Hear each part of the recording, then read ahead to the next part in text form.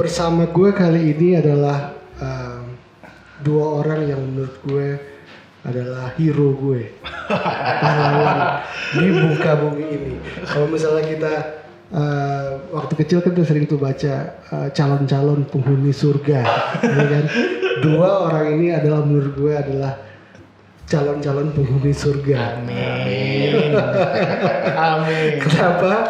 Karena mereka jualan makanan yang favorit gue, jualan makanan yang menurut gue yang paling enak di muka bumi ini, yaitu hamburger. Wih. Wiro dan Respati. Betul. Oke, terima kasih udah datang di Devilcast, podcastnya Devilcast sekarang. Boleh perkenalan diri dulu dong? Oke. Halo, gua Wiro, umur 30 tahun.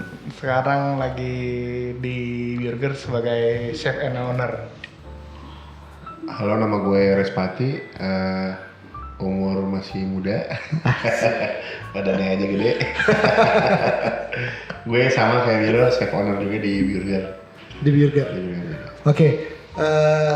Nah, jadi gue cerita sedikit dulu ya. Boleh? Hamburger adalah makanan, menurut gue makanan yang paling terenak di dunia. Yang bisa menandingi itu cuma paling satu, nasi padang. Nasi padang. Ya, tapi bukan berarti lebih di atas burger juga. Mereka sama gitu, posisi yang sama-sama dengan dua makanan yang paling terenak di dunia. Karena apa? Karena gue itu dari kecil udah makan burger. Jadi ketika gue kecil gue tinggal di sebuah kompleks. Nyokap gue kerja di perusahaan minyak, ya kan. Jadi kita tinggal di sebuah kompleks yang dimana banyak pekerja bulenya, banyak expatnya. Oke. Nah, jadi di kompleks itu harus ada. Jadi mereka jualan ada burger shack-nya dong, karena kan untuk cater pekerja-pekerja bule ini. Betul. Nah, dari kecil jadi gue udah nyobain itu tuh sebelum sekolah lagi. Udah nyobain yang namanya burger dengan homemade patty. Yep. Jadi patty bukan olahan lagi yang udah Daging asli gitu. daging asli. Betul. Ya kan? Nah, jadi setelah jadi dari kecil udah terbiasa makan burger sampai sekarang jadi burger memang udah bagian dari hidup gue. Udah filosofi ya. Iya. Dan gue juga jadi penikmat burger bukan berarti gue menjadi expert dalam burger ya. Tapi gue tuh menikmati segala macam burger yang murahan, yang dagingnya berbeda gue cobain juga gitu. Gue harus cobain gitu supaya tahu yang mana yang enak, yang mana yang biasa aja gitu. Betul. Dan jadi tapi semuanya tetap dicoba. Betul. Tetap dirasain gimana rasanya. Nah, jadi beberapa bulan terakhir gue itu dapet artikel gitu kan. Gue baca artikel 8 restoran burger yang enak di Jakarta selain dari yang fast food. Oke. Iya kan? Nah, salah satunya adalah Burger. Wih. Alhamdulillah. Jadi suka. wah, dan setelah itu gue juga ketemu sama temen gue yang akhirnya mempertemukan dengan kalian. Oke. Chef dari dan owner dari Burger. Nah, gue undang dong mereka, gue pengen ngobrol tentang burger, ngomongin tentang burger. Nah, jadi sebelum itu gue juga udah nyobain dari makanan dari burgernya waktu itu sebelum kita podcast. Ya. Dan menurut gue adalah salah satu burger yang terenak, bener, nggak salah artikel itu. Kalau mereka bilang adalah burger Thank you banget. adalah salah satu dari 8 restoran burger yang enak di Jakarta. Oke, jadi di sini ya kita mau ngobrol-ngobrol gimana sih perjalanan kalian, siapa sih kalian sebelum kalian membentuk Burger gitu. Mungkin boleh cerita sedikit. Siapa dulu? Dulu deh. Boleh. Basically gue dulu pernah kerja di beberapa restoran di Jakarta, sempat keluar juga, terus ya basicnya emang dari profesional dulu sih. Dari profesional terus turn out, bosan nih kerja sama orang, mungkin seru kali ya kalau misalkan bisa buat sesuatu dan bisa ngejalanin sendiri, maksudnya lebih baik jadi ikan gede di kolam kecil ya. Pastinya. Gitu sih. Terus ya udah memberanikan diri, terus ngobrol-ngobrol sama Wiro. Berarti kalian dulu kerja di tempat yang sama? Oh enggak, atau- gue temen main bininya Wiro dulu. Oh gitu. Satu sekolah. Oh satu sekolah. Temen main waktu SMA lah. Oke. Gitu terus kapan 2014 ya? 2017 ya?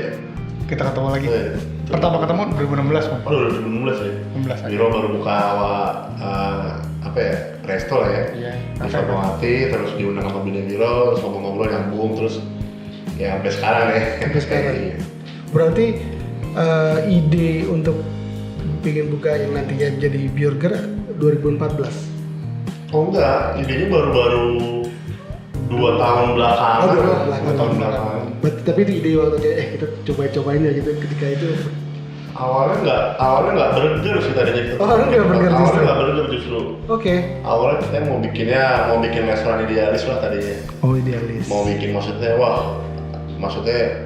kita berdua dari background yang cukup oke, pernah di restoran yang lumayan, terus kenapa nggak kita coba bikin restoran yang menurut kita masih ada benang merahnya sama tempat kerja kita yang dulu gitu.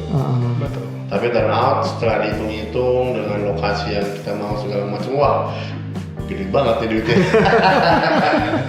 Maksudnya mau balikin sampai kapan nih gitu. Maksudnya terus ya maksudnya being realis ya, maksudnya kita postpone dulu, terus 2018 awal terus ya kita baru Bali, gue lagi di Bali, lagi ada kerjaan consulting di Ubud. Terus ngobrol-ngobrol sama Wiro, sama partner gue yang satu lagi, terus selama kita nggak bikin yang kecil aja dulu nih, maksudnya kalau emang bikin yang gede dari segi pembiayaan dan segala macam yang gede, mendingan kita coba bikin kecilan dulu aja gitu kali ya. Oke. Terus turn out ya kita mau coba bikin burger ya waktu itu. Nah, burger itu idenya dari mana? Setelah dibicarakan bersama atau melihat pasarnya seperti apa, karena wah ada kemungkinan nih ada pasarnya nih, atau emang mungkin kalian sendiri juga penikmat burger atau kenapa sebenarnya? Kita sempat lempar-lempar beberapa idea sih, maksudnya burger kah atau apa, terus ya turn out ya burger masih reliable juga dan waktu itu belum seramai sekarang. Iya. Gitu. Oh Terus, gitu. Iya, terus ya udah kita coba deh jualan burger di tempat yang orang nggak bakal kira kalau kita jualan burger di situ. Gue juga nggak bakal kira. Soalnya kalau ngeliat mobil juga nggak di mana sih burger ini. Karena kalau Maps kan ada di sini di Ada, betul. Pasar. pasar Cipete, gitu kan. Coba selatan. Kita lebih mobile friendly daripada jalanan friendly, daripada plang friendly. Gimana pelan fresh. Oke, jadi dapat 6 burger dari mana? Burger dari bini gue sih, burger. Ini sebenarnya bini lu ya. Enggak, kita bingungnya lu nyari nama apa nih, terus tadi kita mau namanya aneh-aneh, terus burger, terus kayak bini gue bilang, oh coba aja tambahin Y biar kayak Syahrini cantik. Terus jadinya burger. Sesimpel itu sih. Sesimpel kita itu. memilih nama karena kita bukan orang yang filosofis, kita nyari nama logo dengan latar belakang tertentu. Kita pedagang ya. Kita lebih ke dagang aja gitu. Dagang. Iya, ya filosofi mungkin bisa nyusul belakangan. Oke. Ya berarti cuma ditambahin huruf. Iya. Betul. Dan itu ya sebenarnya ya sah-sah aja kan, maksudnya nggak terlalu memperhatikan banget di brandingnya mungkin Betul. namanya. Kayak ide awalnya sih kita langsung ngomong pokoknya satu kata, terus yang nggak kita kasih kesempatan orang mikir tagline lagi gitu, ngerti nggak sih? Ini toko apa gitu, orang nggak mikir spasi buat terus harus tambahin tagline biar orang baru ngeh ini tuh toko burger gitu. Maksudnya udah langsung main plesetan aja sekalian gitu. Begitu kita sebut. Terus yaudah logonya pun kita plesetin aja sekalian. Logonya pun kita plesetin juga. Logonya pakai ember tumpah. ember tumpah. Oke. Backgroundnya gimana? Sebelum bikin burger? Sebelum bikin burger, justru gua kerja dulu, kuliah, baru keliling hotel. Hotel, masak di hotel sana sini. Bosan nggak ngeliat matahari di dapur doang, akhirnya cari kerjaan yang bisa, cari tempat masak yang bisa ada mataharinya. Gue pernah masak di Bintan juga, dapurnya tuh pinggir pantai gitu, kayaknya udah cita-cita gua. Kerja di hotel juga. Kalau Bintan? Iya di Bintan, Iya. di Lagoy lah, di daerah perhotelan itu. Oke. Habis itu baru balik Jakarta lagi, ke setup. Tadi jualan menu, karena kan bosen kan masak doang, jadi jualan menu, naik ke setup dapur. Oke. Naik lagi tahapnya ke setup restoran. Iya. Yang benar-benar gue bikin sendiri dari nol gitu sebagai konsultan. Sebagai konsultan Betul, di Ancol pada saat itu. di Ancol. Di Ancol gue setup all you can eat restoran. Ada ya? Sabu Japanese, iya ada namanya Shinjuku Sabu dulu 2000 berapa gue bikinnya. Gue juga lupa 2015 mungkin 2016. Tapi sekarang masih ada. Harusnya masih ada sih. Tapi gue belum cek ya. Tapi ntar kita bisa cek lah. Habis itu gue baru pindah ke tempat gue terakhir yang gue ketemu sama Respati. Gue di situ setup juga, ketemu sama Res di situ 2016 awal.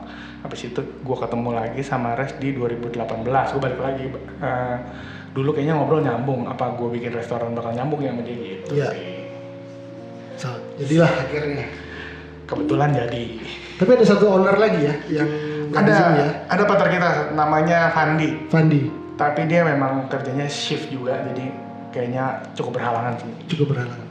Gak apa-apa. Oke, jadi kita balik ke burger nih.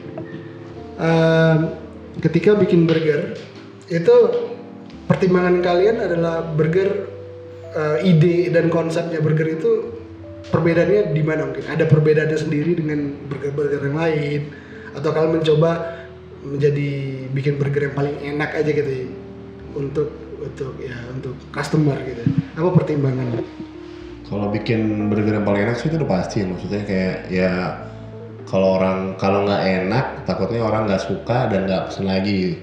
Ya Otomatis sudah masih enak. Terus kalau pertimbangan kita untuk konsep ya maksudnya. untuk konsep Apakah ada? kita lebih ke konsepnya fast casual ya. Jadi kayak kalau di burger tuh kita semuanya homemade. Even kayak kentang gorengnya sendiri pun kita goreng. Kentang gorengnya enak. Iya, kentang Gorengnya gorengnya juga. sendiri pun kita kentang gorengnya potong sendiri, digoreng Iya. 2 kali. Ya beneran dari kentang deh, bukan dari Singkong. bukan dari plastik yang lo tinggal terus goreng gitu. Gue tau perbedaannya.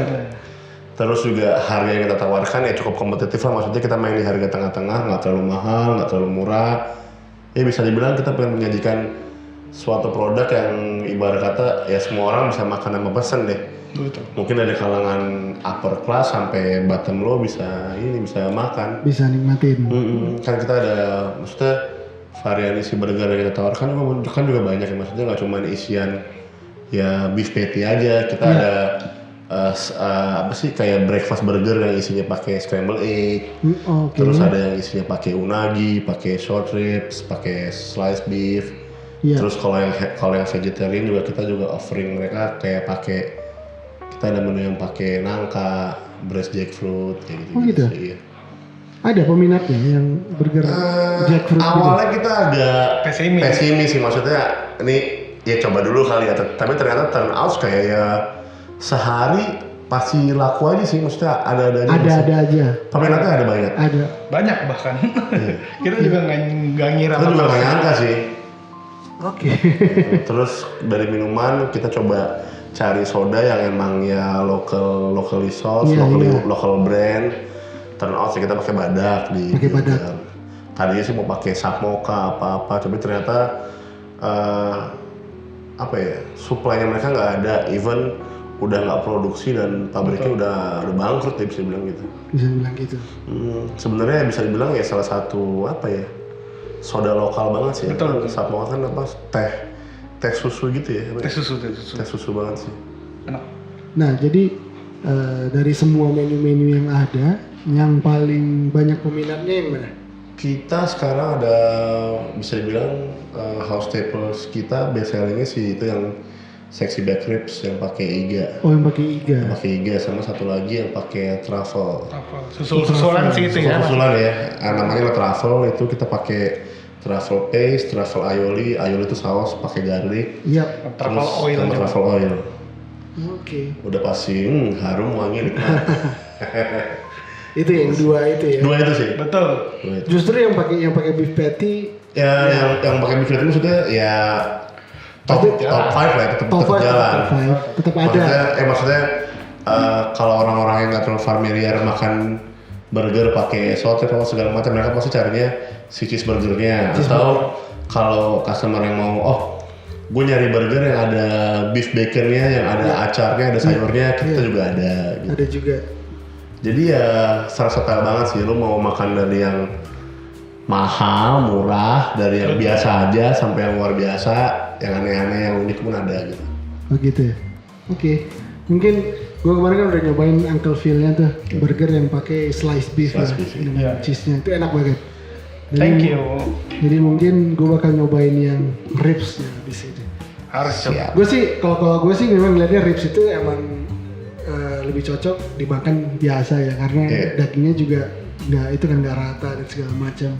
Tapi penasaran juga jadinya karena menjadi salah satu menu favorit ya di burger ya. Berarti gue harus nyoba gitu. Oke, sekarang kita ngomongin burger sebagai kuliner di Jakarta. Ya kan? Tadi gue cerita udah ada 8 restoran burger yang patut kamu coba di Jakarta selain fast food McD, KFC dan segala macamnya. Nah berarti persaingannya kan sekarang kan gila-gilaan ya. Kalau dibilang, karena gue lihat sendiri kalau misalnya gue di Instagram ads gue, karena gue suka penikmat burger, berarti kan gue nge-browse-nya burger mulu nih. Betul. Jadi ads yang keluar ke gue, ada burger baru. Besoknya ada burger baru lagi. Ini apa nih? Ya gue cobain sih, gue harus cobain gitu. Betul. Tapi ada aja yang baru, baru. Yang bentuknya begini, yang ada pakai ini, pakai itu segala macam penyajiannya lah gitu. Nah pertanyaan gue, kompetisi di burger ini di Jakarta sih masih sehat nggak sih? Pertanyaan masih sehat atau enggak? Ya sehat mungkin maksudnya masih ada itunya. Ya kan, atau sebenarnya mungkin udah terlalu banyak juga gitu. Kalau misal kita mau mulai. Oke. Kalau dari menurut gua dulu nih pribadi ya, nggak atas nama apapun. Kita masuk di 2018 akhir, which is tuh kayak masih cuman yang lokal artisan tuh, yang benar-benar homemade apa segala macam, itu kayak baru 3 nama, 4 nama gitu ya. Terus tahun berikutnya naik lagi, terus tahun 2020 ini kayaknya juga banyak banget gitu. Di Jakarta Selatan mungkin lebih dari 20. Ya. Mungkin ya yang udah datang bisa dicek Fatmawati aja ini udah berapa? Iya, dari betul, dari online delivery bisa dicek lah. Gitu. Iya. Terus tapi semakin banyak outlet burger baru, terus kita tuh kayak ngerasa makin seneng gitu karena kita bisa deliver menu kita ke orang banyak. Walaupun dia belinya di outlet lain ya, jadi kayak orang kan bisa komplain, bisa apa segala macam, terus scene-nya tuh makin gede gitu, terus orang jadi kayak makin ngerti aja gitu, ya yang mana yang cocok di lidahnya, yang mana yang enggak, yang mungkin yang toko ini style kayak gini, yang toko ini style kayak gini, kayak makin banyak scene-nya tuh makin gede dan kita makin happy aja gitu.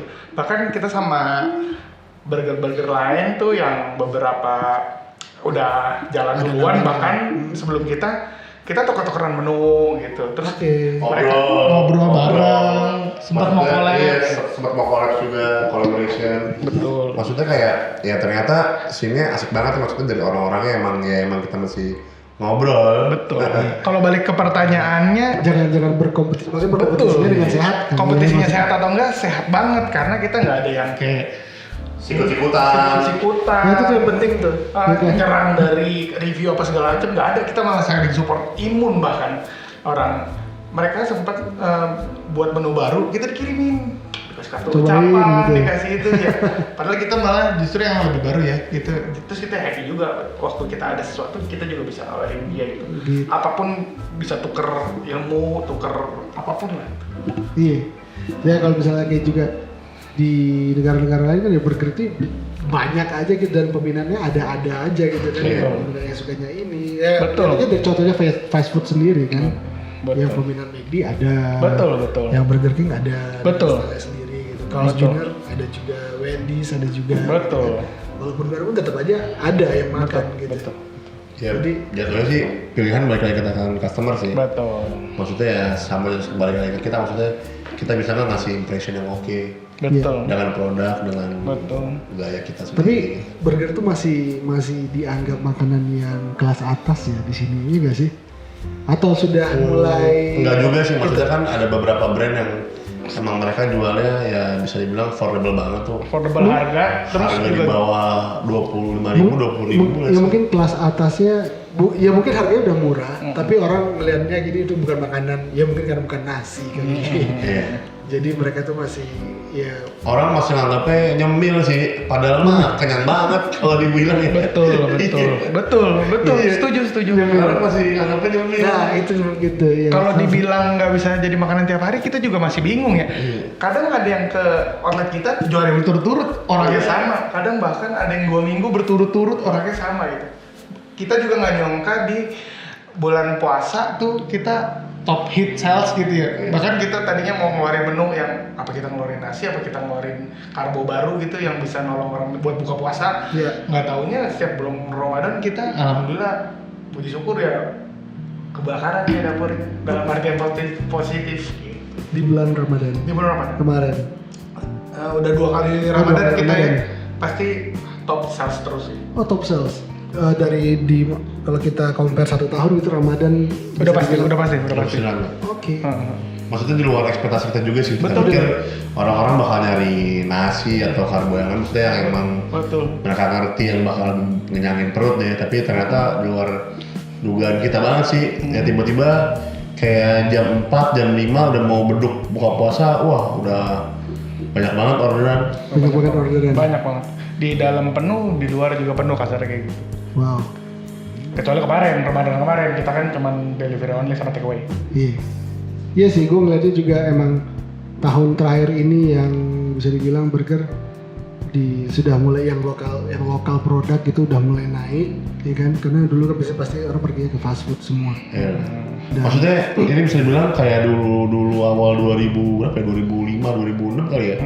Zaman-zamannya ada burger-burger Betul. nongol dengan ada Betul. burger, Aussie Burger, burger, betul. apa, Aussie burger burger. and grill, Iya. ya kan terus ada kelenger.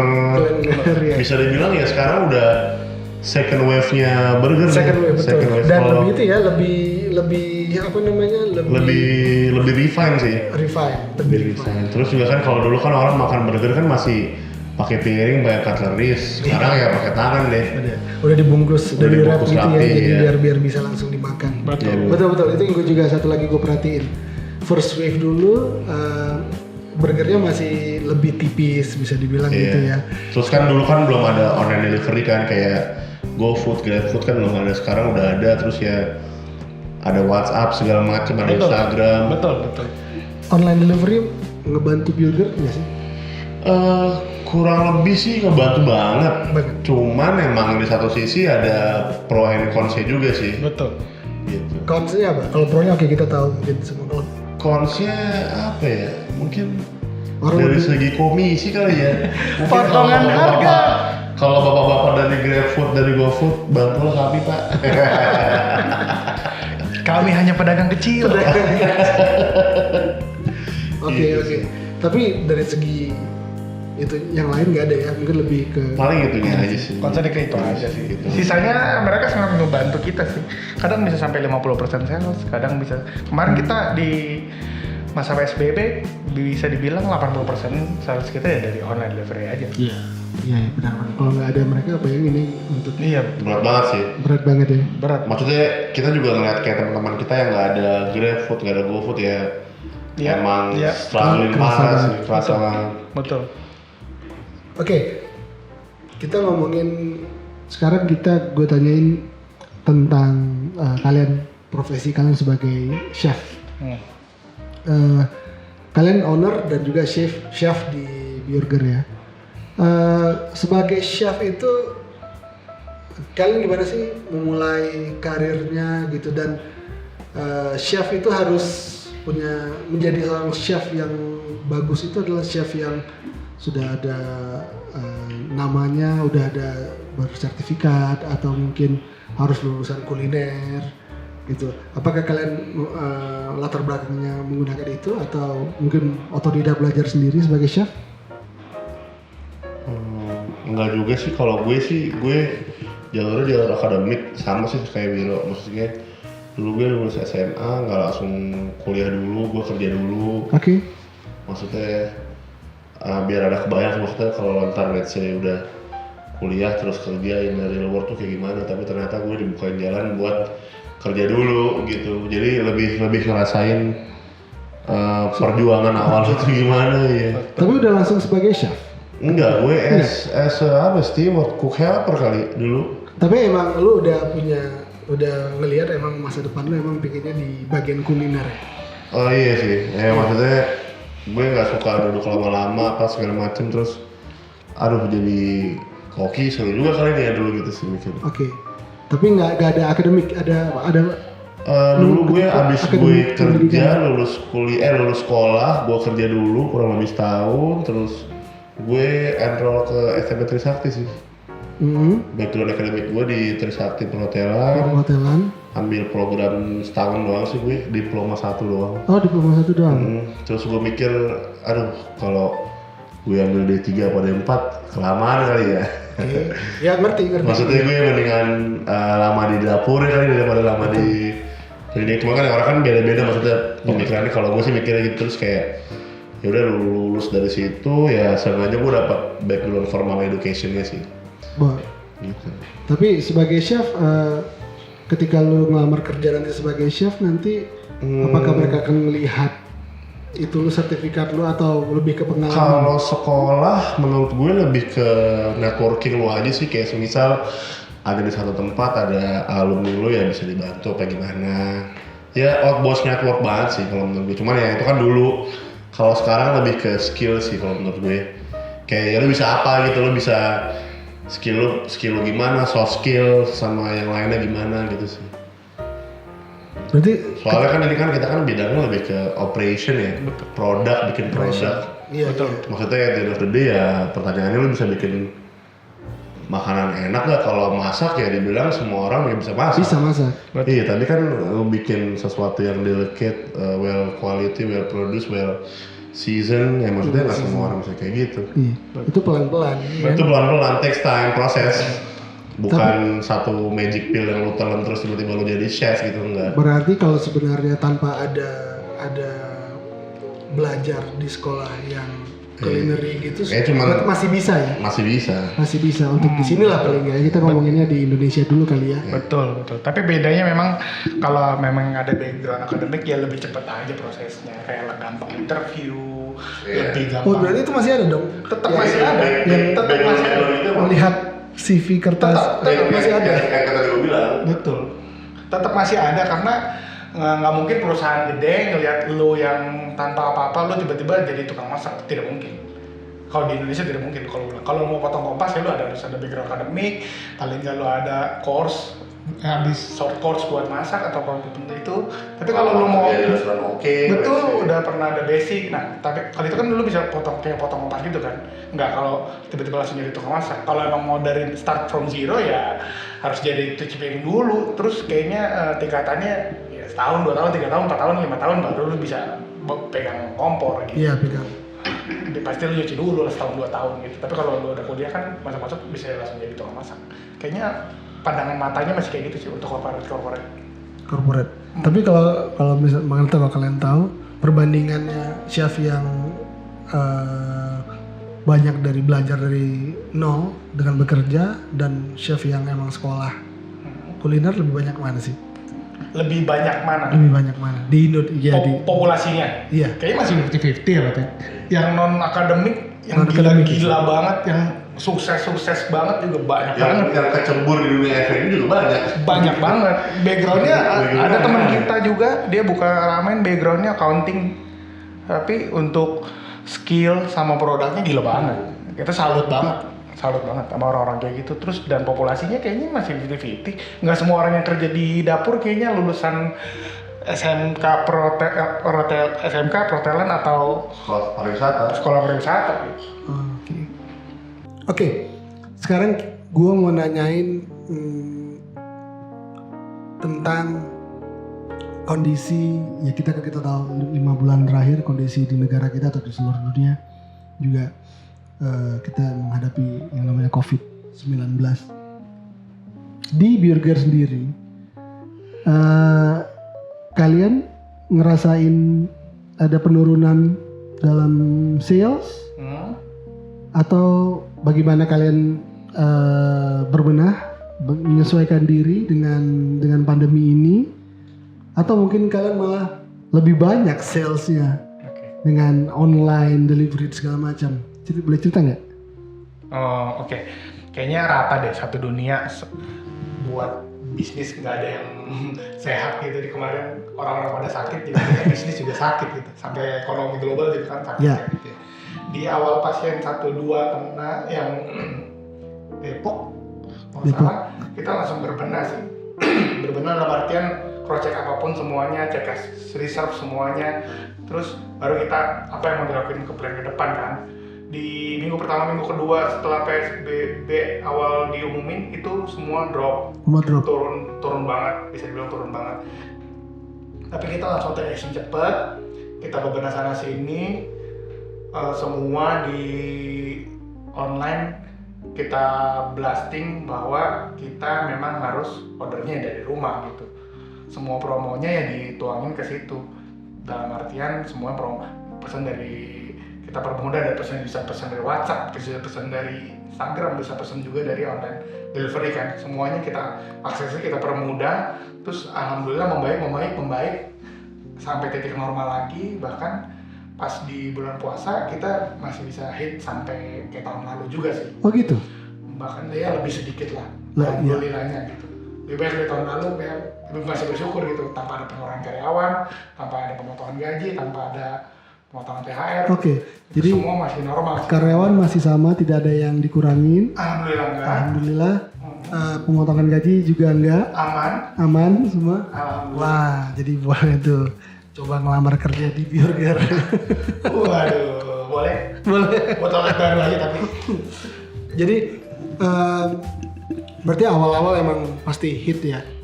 Nah, jadi promosi kalian lebih banyak main di sosial media dong kalau begitu. Iya benar, sosial media. Sosial media efektif berarti di sosial media. Efektif sih, efektif banget ya. Maksudnya kan orang pas kemarin kan juga di rumah doang, terus ya WFH udah nggak ngantor, ya otomatis ya mereka lebih cenderung jadian dari rumah deh. Ya otomatis juga ngantengin handphone terus, balik lagi ke layar lagi kalau kata saya Koji mah.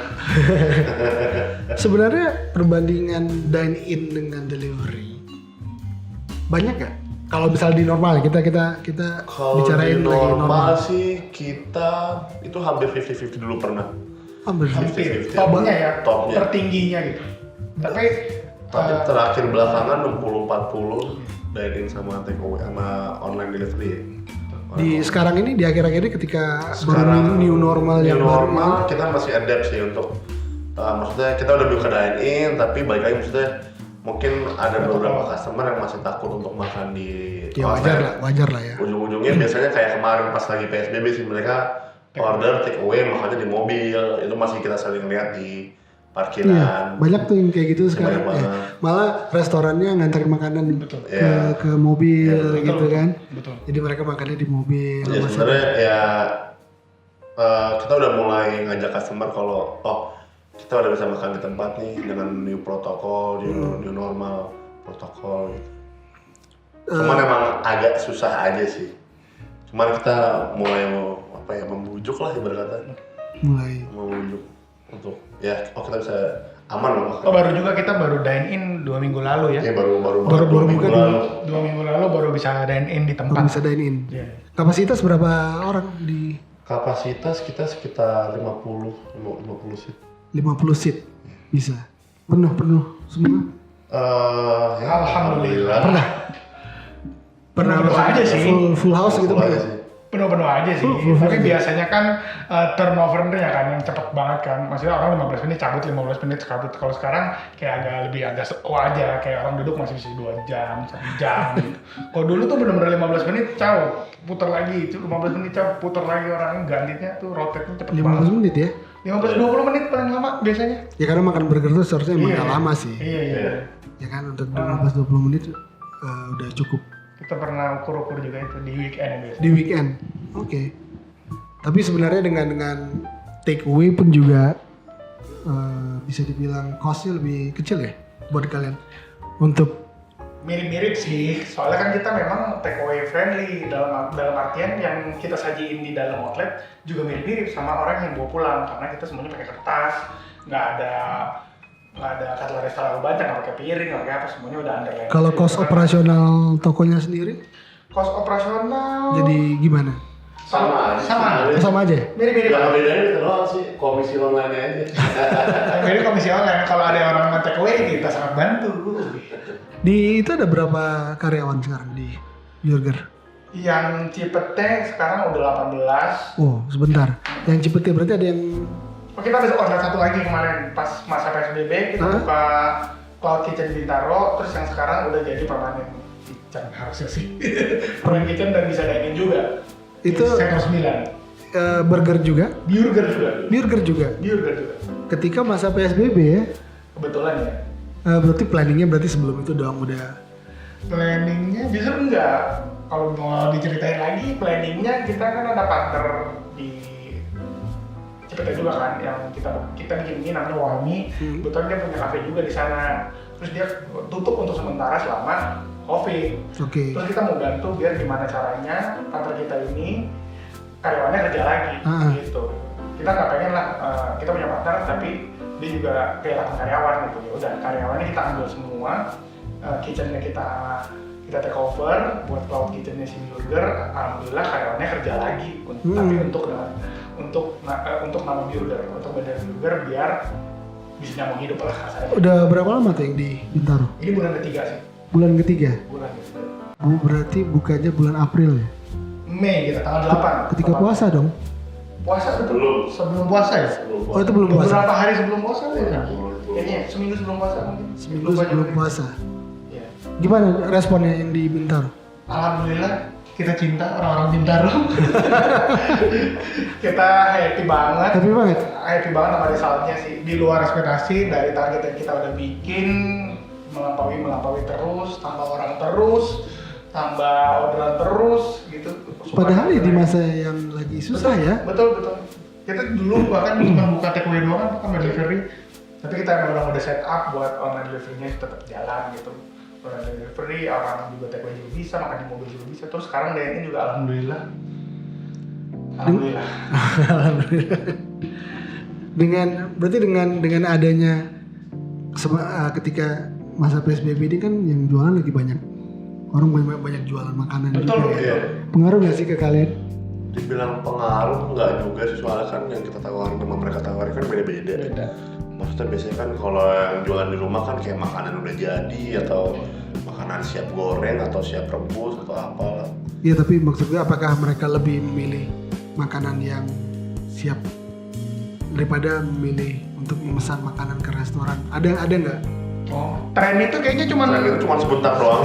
Sebulan doang. Cuman jalan sebulan doang. Sebulan 2 bulan lah mungkin kayak Ya, waktu semua orang mendadak jadi chef itu kan. Iya. Iya. Semua masak di rumah terus punya pikiran, oh lucu juga kan ini kalau jualan online dari rumah. Iya. Tapi kan tidak seindah yang kita bayangkan. Iya. Ternyata lebih berat, lebih capek. Awalnya doang menggiurkan. Dan sebagai restoran justru juga malah menawarkan produk mereka jadi di frozen food ya. Iya. Ada kan? Betul. Tapi kita nggak ambil langkah itu sih. Ngambil. Nggak tahu aja. Agak repot aja sih. Kita kayak nggak mau repot aja. Kapasitas operasi kita kan nggak terlalu besar. Dikit banget. Kitchen kita kan kecil. Kitchen kita kecil banget. Kita kayak nggak bisa set up buat bikin frozen pack, vacuum pack apa segala macam. Kita nggak ambil karena ya nunggu dulu lah, sabar aja dulu. Bersyukur aja sama orderan yang udah ada. Gitu. Yang udah ada. Iya. Iya sih benar. Berarti cukup lah ya dengan apa yang ada untuk sementara. Iya. Harus bersyukur dan cukup. Berarti kalian udah buka 2 cabang nih sekarang. Kedepannya plan Burger mau bikin franchise atau gimana? Kedepannya kita mau bikin 100 outlet, abis nangkep capital venture juga dari Amerika.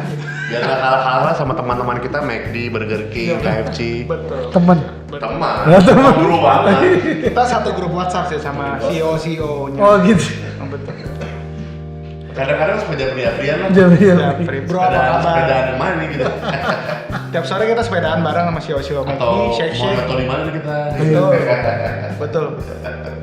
Bakal mencoba makanan produk lain nggak selain burger atau at least 5 tahun ke depan? Jangka panjang. Pasti kalau jangka panjang kita nggak habis di burger doang, kan kita ada mie juga, next stepnya mie juga bakal buka cabang apa segala macam. Produk baru, ya ada namanya WAIMI di Cipete Raya. Oh, WAIMI itu produknya Dari kita berdua juga kebetulan. Oh gitu. Kita partneran sama teman kita yang tadi kita ceritain, Scoops Gelato. Ya, kedepannya kita nggak nutup kemungkinan bikin produk baru sih. Maksudnya apa ya? Semuanya masih beyond the boundaries juga sih. Betul. Kita masih bisa.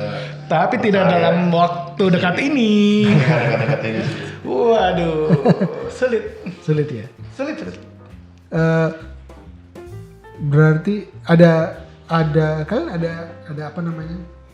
Ada preferensi makanan yang kalian emang bisa atau emang semua makanan mau kalian coba nantinya, atau ada beberapa yang emang Sebenarnya sih kalau dibilang mau nyoba semua jenis makanan sih ya pengen Pengen banget. banget. Cuman ya balik lagi deh, mungkin viewer ada yang mau jadi pemodal kita, investor. Betul. Bisa. berarti masalah modal dong. Bisa kesini nanti ya. Bukan masalah modal. Masalah skills nggak masalah dong. Bukan masalah modal, masalah duit lebih ke. Kalau modal kita bisa cari banyak. Tapi kan punya duit banyak gimana? Modal yang modal tempat. Modal ya kan? banyak Modal bentuknya. Modal kitchen ada. Nah, kebetulan kita Tapi modal duit. dengkul. Iya. Ya, gue berharap kalian sukses. Thank you. Thank you, amin. Terima kasih sudah berbisnis kuliner di makanan yang gue sangat suka banget gitu. Thank you. Dan gue berharap gue bisa enjoy produk-produk dari burger lagi. Thank you. Apakah dalam bentuk burger, mungkin kalian nanti bikin mie, kan udah ada mie. Mungkin nanti ada kalian bikin nasi padang nantinya. Boleh banget. Bisa jadi kan? Bisa jadi. Gue tunggu tuh. Kenapa enggak? Kita bikin subuh pagi, subuh. Ngerendam dulu subuh. Oke, Biro, Raspati, thank you udah datang di sini. Sama-sama. Thank you juga deh Volkes. Gue berharap yang nonton juga at least coba burger gitu. Tunggu. Di judge sendiri seperti apa, kalau enak pesen lagi. Harus. Kalau enggak ya mungkin bisa kasih tahu di mana yang Betul. enaknya apa gitu kan. Kalau Atau belum coba pesan, yang udah coba harus pesan lagi. yang coba harus pesen lagi, ya nggak suka coba lagi berarti enak lagi Betul. setelah itu. Kita nggak tahu. Betul. Dan burger juga udah ada 2 cabang ya berarti ya, di Cipete dan di Bintaro. Bintaro sektor 9. Bintaro sektor 9. Oke, segitu aja untuk podcast hari ini Doublecast. Kita ketemu lagi di podcast selanjutnya. Ciao.